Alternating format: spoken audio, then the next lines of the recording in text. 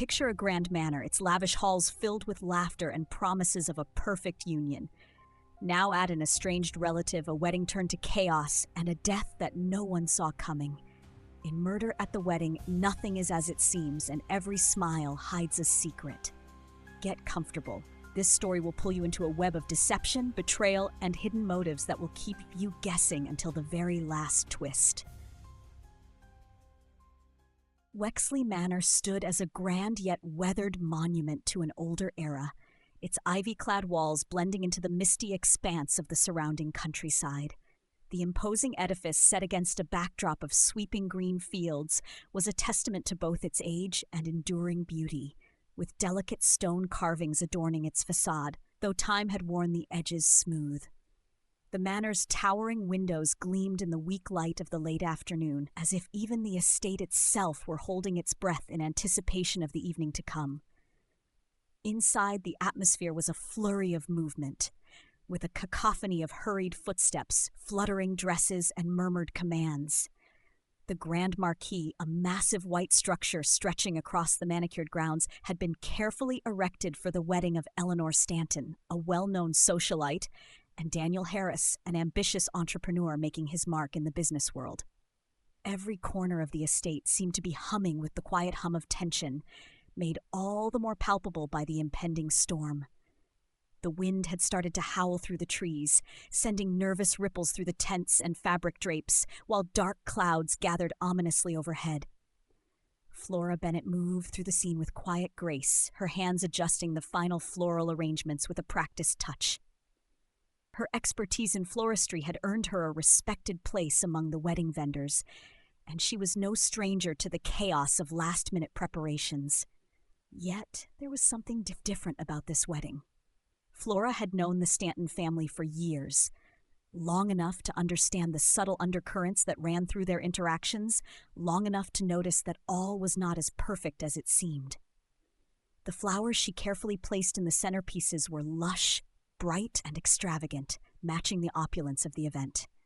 Yet, in the back of her mind, Flora couldn't help but feel that the wedding's outward beauty was a mere facade, concealing something darker beneath.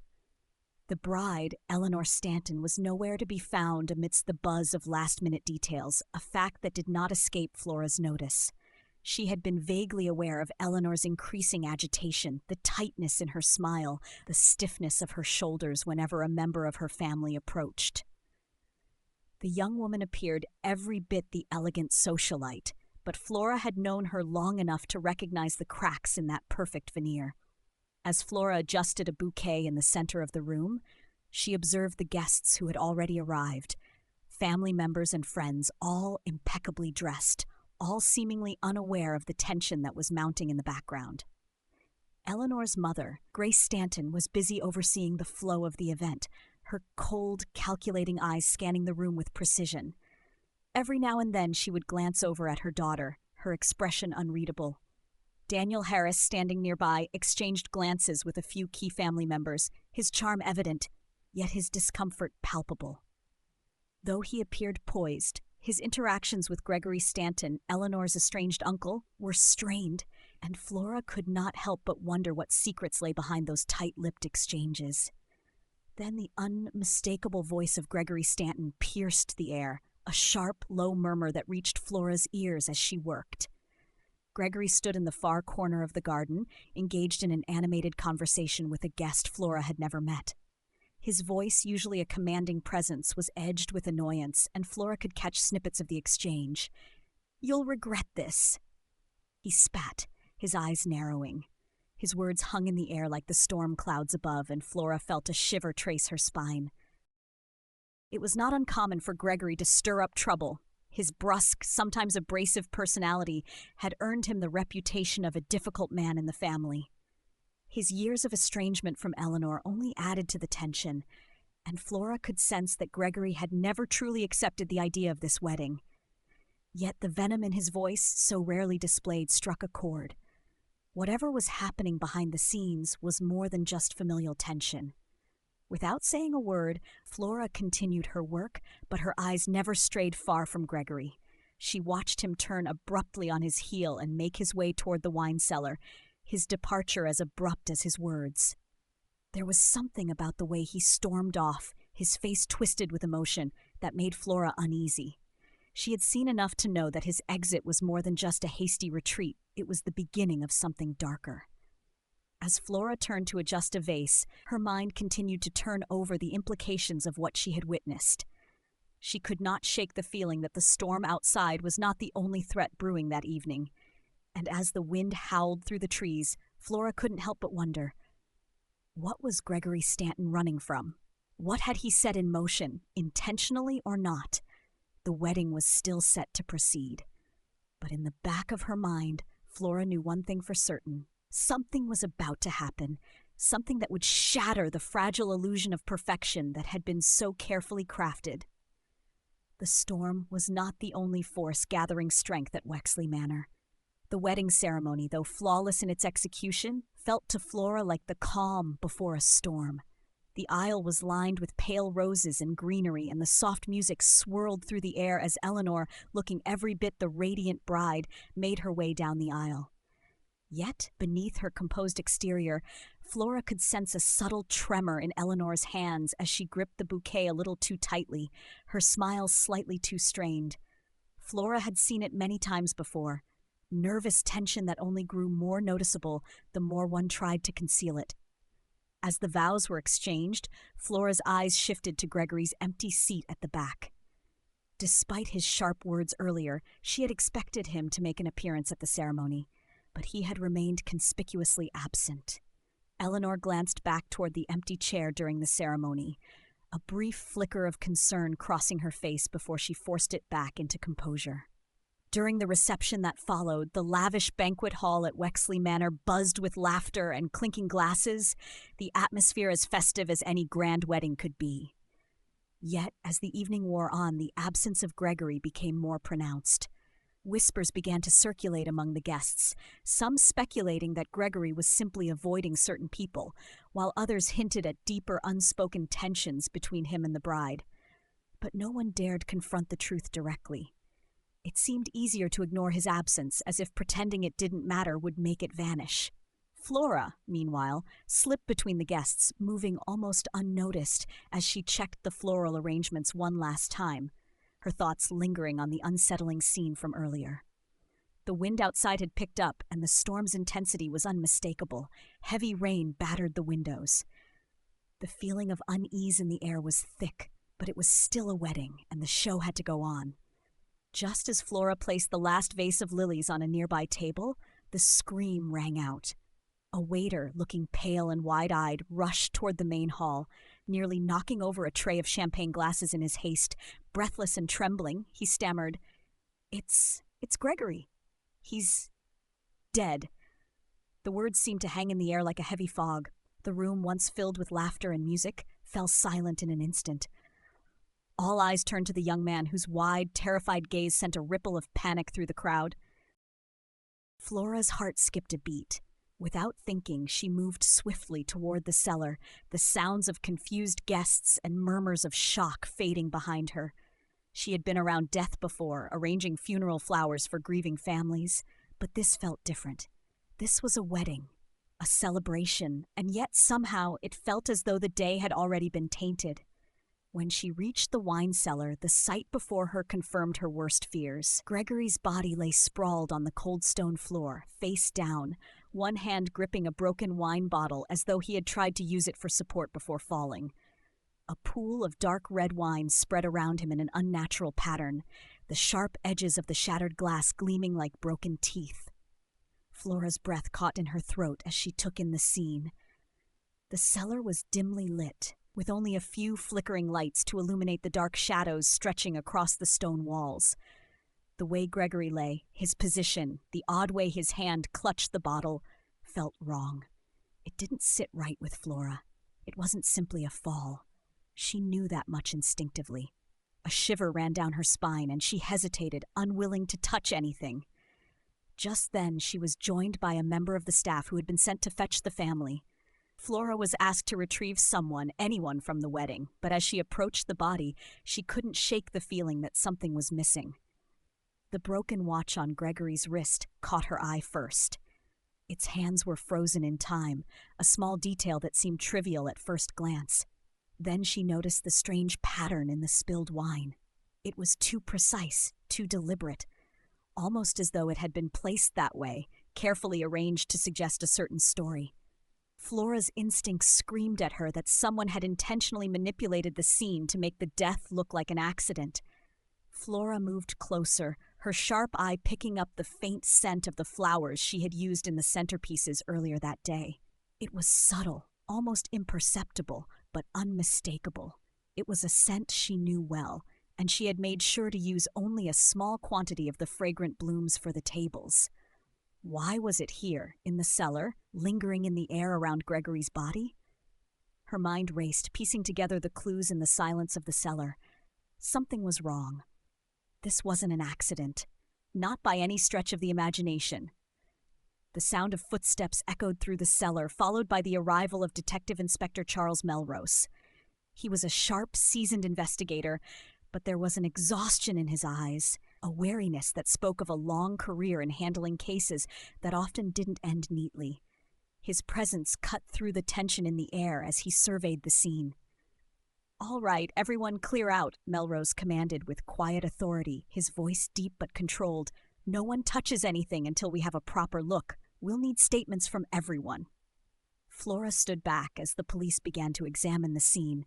Her mind, however, was already working faster than her feet could carry her.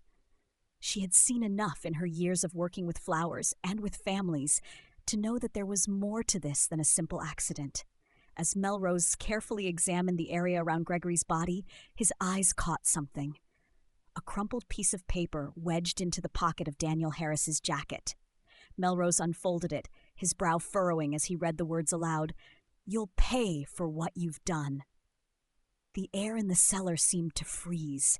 Flora felt a sudden chill that had nothing to do with the weather. The note had been planted there intentionally. It was too deliberate, too perfectly placed. The mystery was no longer just about Gregory's death. It was now about the strange, lingering message that someone had left behind. Flora couldn't help but glance toward Daniel Harris, who had just entered the cellar, his face pale. His usual confidence had vanished, replaced by a look of confusion and fear. The words on that note seemed to haunt him, as if he already knew the significance of what was written. The room fell silent as D.I. Melrose turned toward the guests, his sharp gaze taking in every face. The storm outside continued to rage, its howling wind mixing with the tension inside the manor, and Flora's role in the unfolding drama had only just begun. The storm that had begun in the afternoon now raged outside, its relentless howl a constant backdrop to the uneasy atmosphere inside Wexley Manor. The guests, once content to mingle and enjoy the evening's festivities, now moved about the manor with hesitant steps, eyes flicking nervously from one face to the next. The discovery of Gregory's body had shattered the festive mood, leaving behind a trail of suspicion and unanswered questions. D.I. Melrose had taken charge of the investigation with quiet determination. His questions were sharp and to the point, but his calm demeanor belied the growing tension in the air. He moved from one guest to the next, pulling them aside for brief interrogations. The more he asked, the more layers of family secrets began to peel away, revealing motives, old grudges, and whispered alliances that had been carefully hidden for years. Flora remained in the background, her eyes keenly trained on the interactions around her. She had always been observant, but tonight she was more attuned than ever to the subtle dynamics playing out among the guests. She moved quietly through the halls, taking note of the small, revealing gestures, the tense handshakes, the forced smiles, the glances that lingered a little too long. It was a family in turmoil, and Flora knew it well. She overheard snippets of conversation as she passed through the hallway, catching fleeting words and phrases that began to paint a picture of fractured relationships and buried resentments. Eleanor's father always wanted her to have a respectable marriage, Lady Margaret, a family friend, murmured to a fellow guest, her voice low and tinged with bitterness. "But I suppose the Stantons have always had their way, haven't they?" Flora's attention sharpened. Lady Margaret had been close to the family for years, and her words hinted at more than just casual observation. She was speaking from experience. As Flora continued listening, she caught Eleanor, standing near the grand staircase, her face pale as she spoke quietly to another guest. The bride's voice trembled as she admitted, "Gregory and I never saw eye to eye. I don't know how he thought he could just waltz back into our lives after all these years, especially with the things he knew." Eleanor's words were quiet, but the tension in her voice was unmistakable. The mention of things he knew piqued Flora's interest. Financial disagreements? Family secrets? The possibilities seemed endless, but one thing was clear.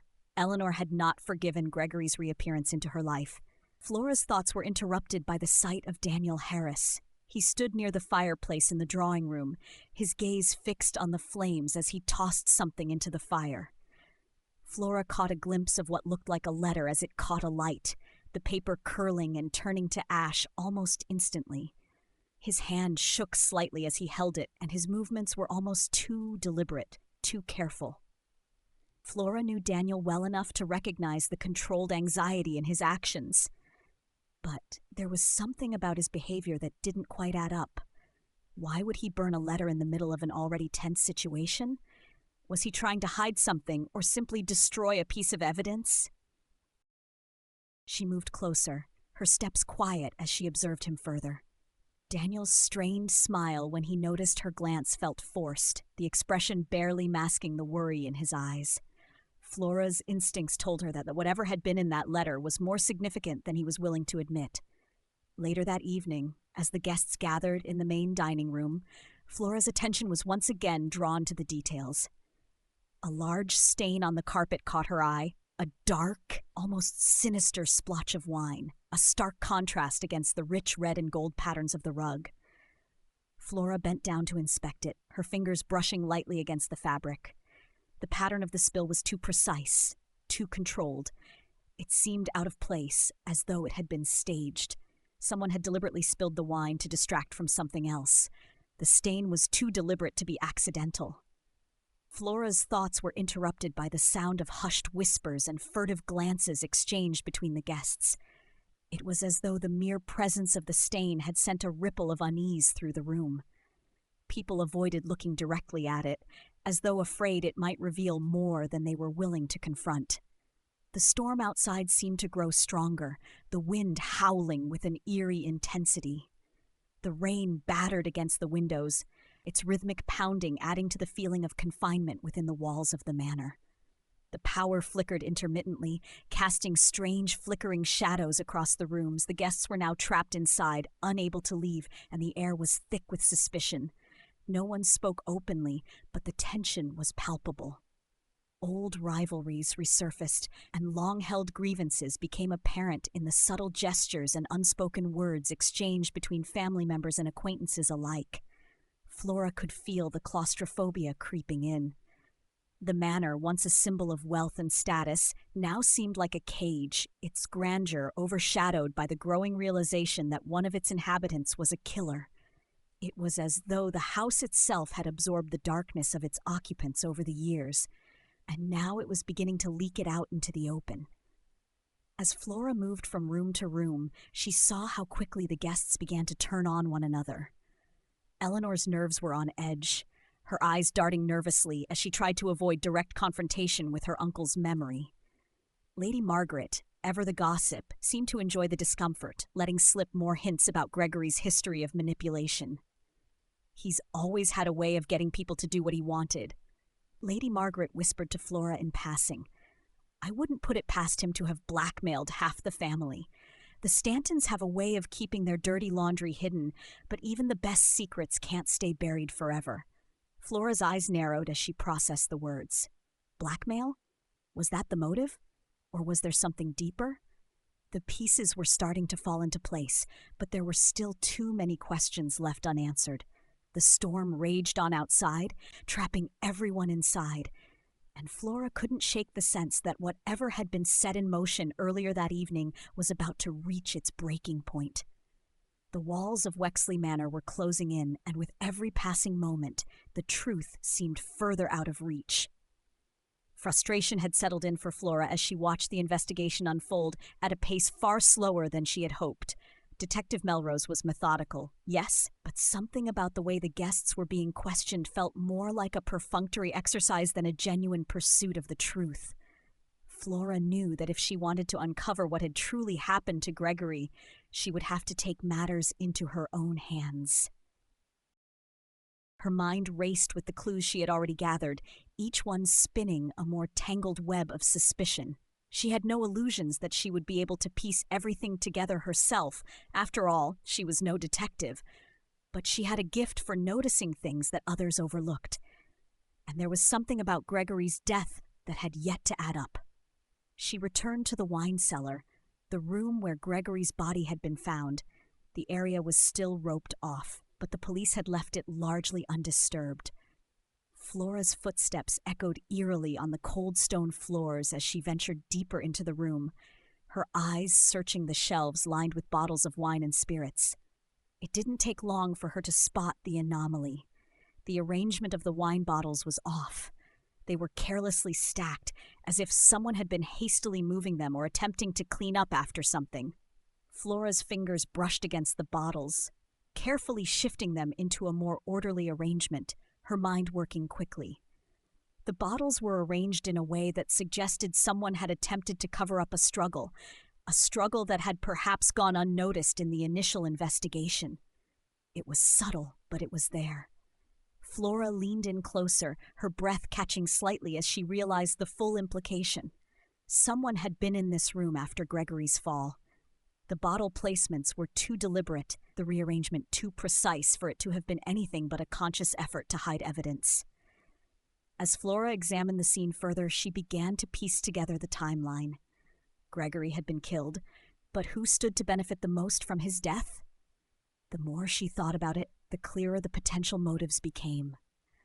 She learned, in whispered conversations and half-hidden confessions, that Gregory had been threatening to expose Daniel Harris's past. It wasn't a mere spat between family members, but something far more dangerous.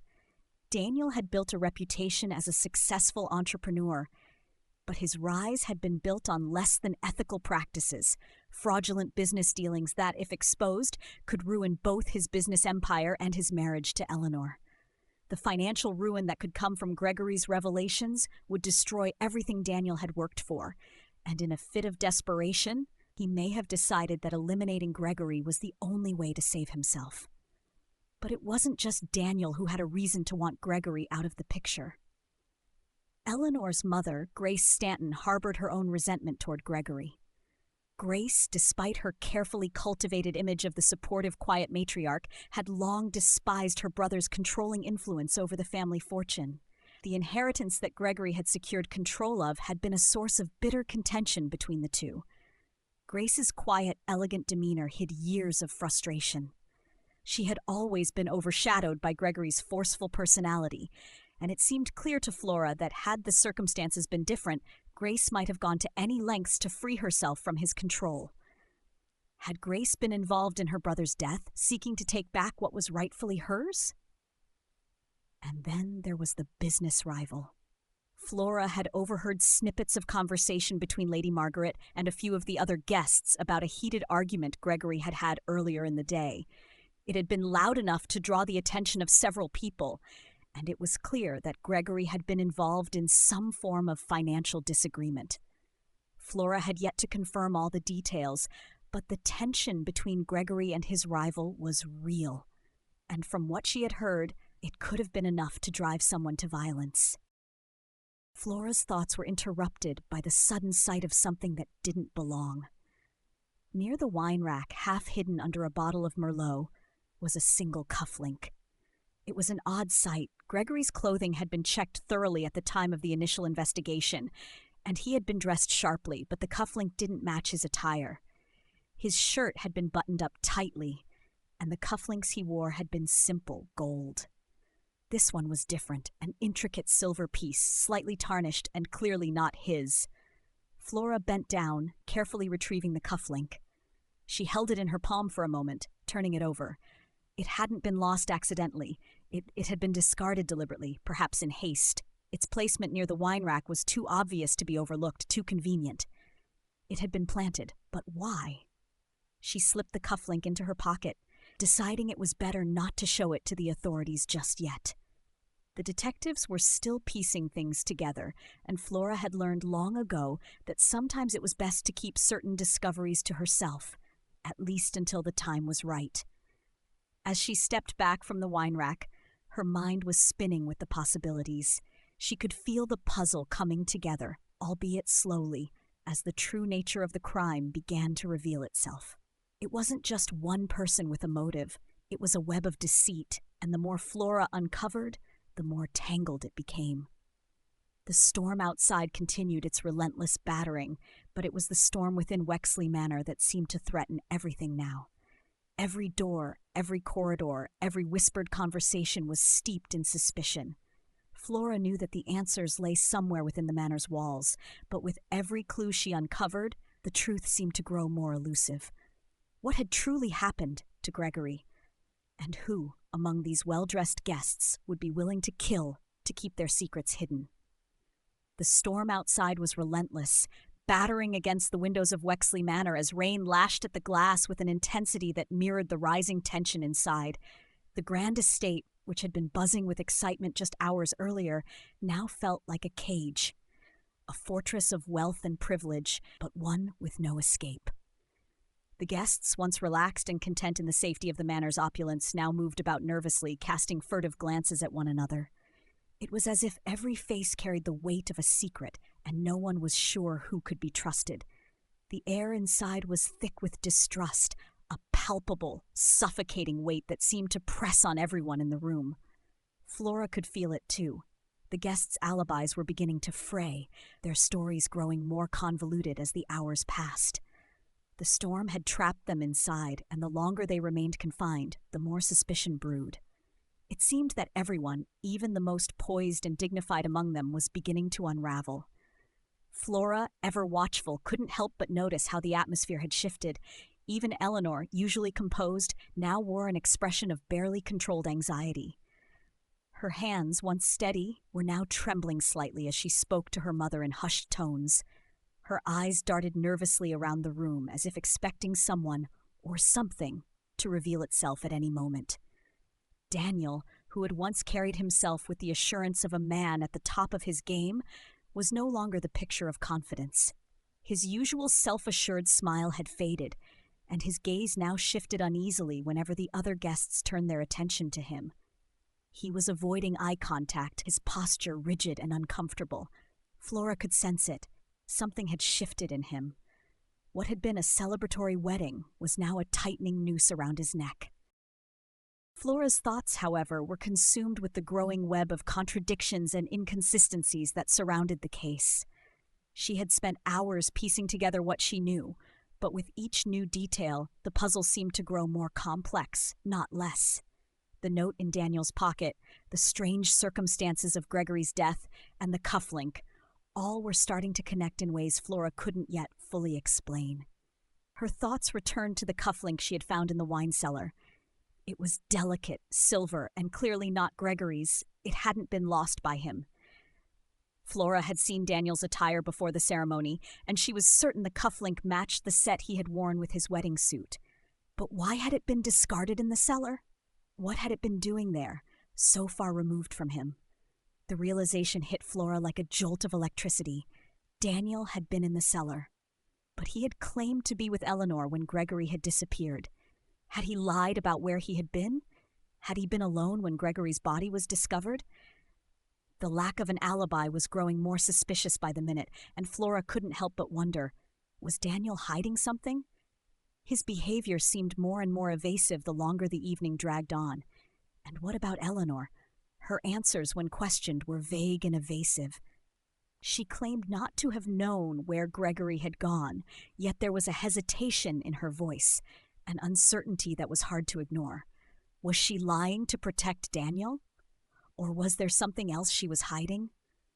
Flora couldn't shake the feeling that there was a deeper connection between the two of them, something far more complex than what they were willing to reveal. As Flora continued to reflect on the inconsistencies, she became increasingly convinced that the note found in Daniel's pocket was a key piece of the puzzle. Initially, it had seemed like a direct threat aimed at Daniel, But now, Flora was beginning to see it differently. It wasn't for Daniel, it was for Gregory. Flora's heart raced as she considered the implications. The writing on the note was unmistakable. Grace Stanton's elegant script. It had been meant for Gregory, not Daniel. The note, hastily shoved into Daniel's pocket, was a last-ditch attempt by Grace to silence Gregory before he exposed her secrets. Secrets about her manipulation of the family's wealth and her desperate desire to maintain control. Flora realized then that the note had been planted after Gregory's murder, framed as a way to implicate Daniel. It had been meant for Gregory as a warning, but somehow it had ended up in Daniel's possession. It was the perfect setup. Flora could already see how Grace had carefully constructed this web of lies, hoping to throw suspicion on Daniel to cover her own tracks. Her thoughts were interrupted by the unmistakable sound of raised voices coming from the hallway. Flora hesitated only briefly before slipping quietly toward the source of the disturbance. She found Daniel and Eleanor standing in the doorway of the library, their voices low but sharp. The tension between them was palpable, and Flora listened intently, her instincts telling her this argument was the key to understanding the cracks in their relationship. "You're hiding something, Daniel," Eleanor said, her voice a mixture of frustration and fear. "I know you are. You've been acting strange all day, and now with everything that's happening, why won't you tell me the truth?" Daniel, his face tight with tension, met her gaze with a hard look. "You have no idea what you're talking about, Eleanor. You're just as much a part of this as I am, whether you want to admit it or not." Eleanor's eyes widened at the accusation, and for a moment, Flora thought she might speak further. But instead, Eleanor clenched her fists at her sides, her lips trembling as she fought to maintain control. "I know it's hard for you to accept," Daniel continued, his voice cold, his frustration simmering beneath the surface. "But don't try to make this about me. You knew your uncle was a threat. You knew the danger he posed. This was going to happen sooner or later." Eleanor stepped back, her face pale and her hands shaking. "How could you say that? I never wanted this. I didn't want him dead. I just wanted him to leave us alone." Daniel's eyes flickered with something. Anger? Regret? It was hard to tell, but the tension between them was thick, like an electric current running through the room. Flora felt the relationship between the two of them splintering, unraveling at the seams. What had once seemed like a solid union was now marked by distrust and fear. As Flora retreated back into the shadows, she felt a deep sense of unease settle over her. The couple's argument only deepened the mystery. There was more going on between them than she had first thought. The strain in their voices, the fear in Eleanor's eyes, the cold dismissal in Daniel's tone, it all pointed to something darker, something more insidious than a mere disagreement. Flora was certain of one thing. The truth was buried beneath layers of deception, and the deeper she dug, the more dangerous the game would become. The storm outside had finally reached its peak, the wind howling through the estate as if the very walls of Wexley Manor were being torn apart by the fury of nature. Inside, however, the tension was just as palpable, though the air was thick with something far more dangerous than any storm. The guests were increasingly on edge, each one aware that something was about to come to light, but no one could guess who would make the first move. Flora moved through the crowded drawing room, her mind working fast. She had spent the last few hours carefully assembling the puzzle, turning over every detail, weighing every interaction. The cufflink, Daniel's lack of an alibi, the strained arguments between him and Eleanor, it was all starting to make sense. But Flora needed to know more. She needed to force the truth into the open. Turning to Di Melrose, she motioned for him to join her at the far side of the room, away from the nearest guests. Her eyes darted to the various members of the party, watching them in hushed conversation, their glances always flicking nervously to one another. "Melrose," she whispered, her voice low but steady, "I think I've pieced it all together. But we need to put pressure on them, make them feel the heat. If we confront them subtly, we might be able to provoke the killer into slipping up." The detective nodded, his tired eyes narrowing slightly. "I'll follow your lead, Flora. Let's see if we can't make someone crack." With a plan in place, Flora subtly began to steer conversations in the direction of Gregory's past. She dropped hints about his manipulative tactics, his ability to control and bully those around him, particularly when it came to money. She watched as the guests shifted uncomfortably at the mention of Gregory's name, their unease growing. The more she spoke, the more it became clear that Gregory's presence had been a source of resentment among many in the room. Flora, now fully in control of the moment, mentioned the cufflink, casually, as if it were just another small piece of the puzzle she'd been helping to solve. She knew Daniel would react, and he didn't disappoint. His face paled, his eyes flicking toward her as the mention of the cufflink stirred something in him. The silence that followed was thick, charged with 1,000 unspoken words. Flora could see it in Daniel's eyes, the flicker of fear, the tightening of his jaw. He was already on the defensive, and she could sense his struggle to maintain control. But she wasn't done yet. Gregory wasn't just a family nuisance, Flora continued, her tone measured but carrying a weight that made everyone listen. He had a way of getting into people's business. But sometimes the skeletons he uncovered didn't just stay buried. They came to light, and the consequences were costly. The room fell into an uneasy hush.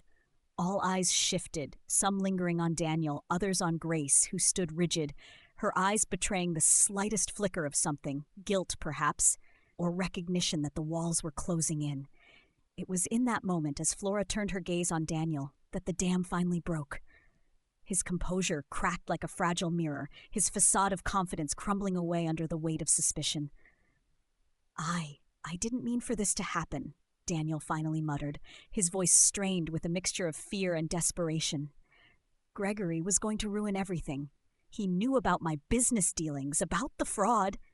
If he'd exposed me, I would have lost everything. My company, my reputation, and Eleanor. I couldn't let that happen. Flora's heart raced as she listened, her eyes narrowing. Daniel's confession spilled out in a tangled mess of guilt and regret. He explained how Gregory had discovered his fraudulent activities, his attempt to use that information as leverage to demand money and influence. Daniel had been caught in a corner, and in his panic, he had decided that the only way to protect himself was to silence Gregory once and for all. I staged it, Daniel admitted bitterly, his shoulders sagging with defeat. I made it look like an accident, like he'd tripped and fallen in the cellar. But I didn't count on the note. I didn't think anyone would find it. Flora's mind raced, but she didn't let on that she had already figured out more than Daniel realized. His confession, while important, wasn't the full truth. There was still more at play. You didn't expect the note, Flora repeated softly, her voice calm yet edged with an underlying sharpness. But it wasn't for you, was it, Daniel? Daniel's eyes widened in confusion. What are you talking about? Flora didn't answer right away. Instead, she turned to the room, her eyes sweeping over the guests, lingering just long enough to let the silence settle in. She took a breath, then spoke again, her voice steady and deliberate. The note wasn't meant for Daniel, she said, her gaze locking on Grace Stanton, who had been unusually quiet throughout the evening. It was meant for Gregory. All eyes turned to Grace, whose face drained of color as Flora continued. Grace Stanton, you've been playing a very dangerous game. Gregory's knowledge of your financial secrets, your manipulation of the family fortune, it was a threat you couldn't afford to let live. The note was your last-ditch attempt to silence him, to keep your dirty laundry hidden. You planted it in Daniel's pocket to frame him and shift the blame.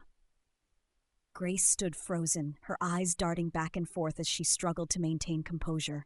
The weight of Flora's accusation hung in the air, but it was clear that the truth had begun to seep through. She knew the game was up. With a long, drawn-out sigh, Grace's facade crumbled. Her shoulders slumped as she admitted, "Yes, it's true. Gregory had been threatening to expose me, to expose everything. His control over the family, his influence had become unbearable, and I had to stop him. I couldn't let him destroy everything I had worked for. I made sure he wouldn't threaten me anymore." The room seemed to hold its breath as Grace's confession sank in. The truth had come out at last, and with it the weight of years of manipulation, lies, and greed that had plagued the Stanton family. "I was the one who framed Daniel," Grace continued quietly, her voice breaking. "I knew the only way to keep it all hidden was to make sure the blame fell on someone else. And Daniel, he was the perfect scapegoat." Flora looked at her, her expression unreadable. The twists of the case were now all laid bare, but the tragedy of it all hung in the air like a heavy fog. Detective Melrose stepped forward, his voice low but firm. "I'll make sure this is handled properly," he said, his gaze steady as he turned toward Grace and Daniel. "The law will decide your fates." As the detective moved to make the arrest, Flora stepped back into the shadows, the weight of the truth sinking in. The killer had been revealed, but the cost had been high, and the damage done to this fractured family would never truly heal. Wexley Manor, with all its grandeur and history, would forever bear the scars of the betrayal that had unfolded within its walls. The storm, which had raged through the night with furious winds and torrential rain, began to subside as the first light of dawn filtered through the heavy clouds.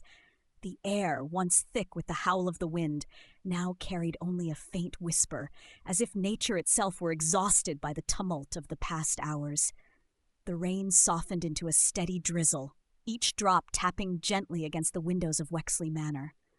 For the guests of the estate, the chaos of the previous evening had not yet settled. The grand halls, once filled with laughter and celebration, now felt heavy, laden with the weight of what had transpired within them. The revelations, the betrayal, and the murder had shattered the illusion of a perfect celebration. The estate, a symbol of wealth and grandeur, now stood as a silent witness to the unraveling of a family's dark secrets. In the aftermath, the guests filed out of the manor with a quiet reluctance, their once carefully maintained facades now stripped away. The air was thick with unresolved tension as each person processed the events that had unfolded. The joy that had once seemed so certain was now a distant memory, replaced by the cold, harsh reality of betrayal, lies, and murder.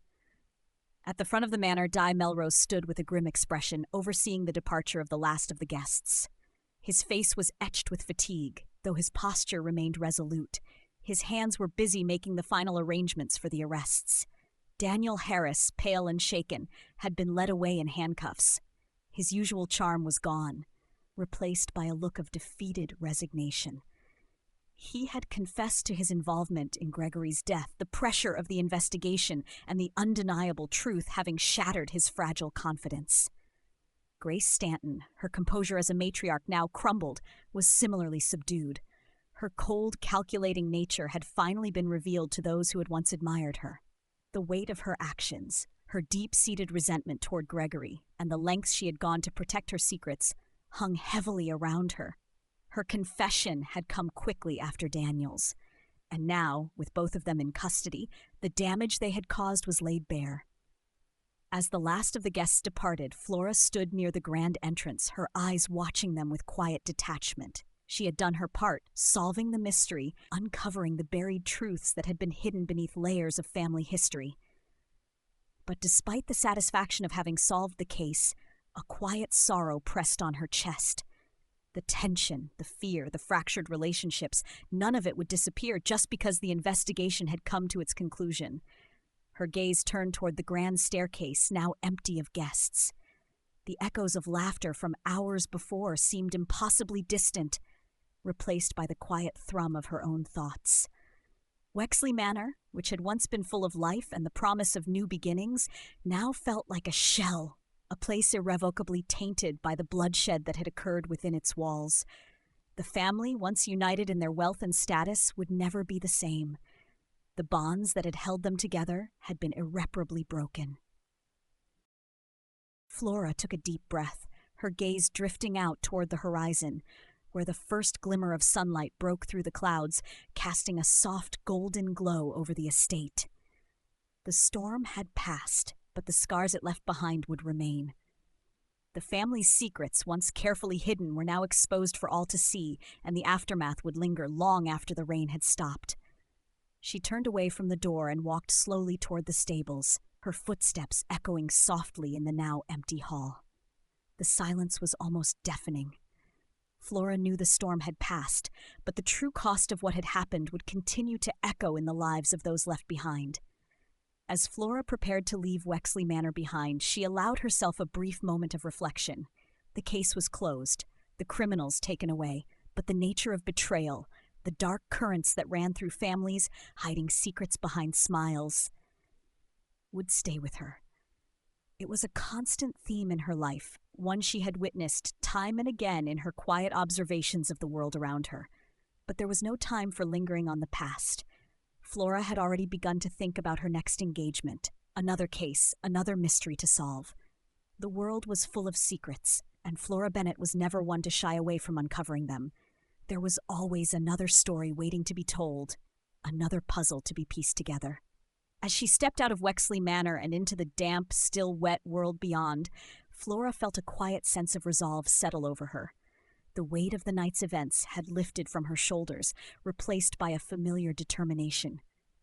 She wasn't just a florist, she was someone who had seen the darkest corners of human nature, and in her own way had brought the truth to light. The manor behind her, now calm and serene, stood in stark contrast to the chaos that had once consumed it. The estate would endure, its walls and windows holding the memories of what had transpired within them. But like the storm, the memories would eventually fade, leaving only the quiet aftershocks of what had been.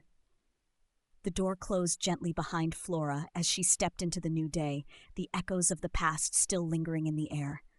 Another mystery awaited her, just beyond the horizon. And as always, Flora was ready to face it.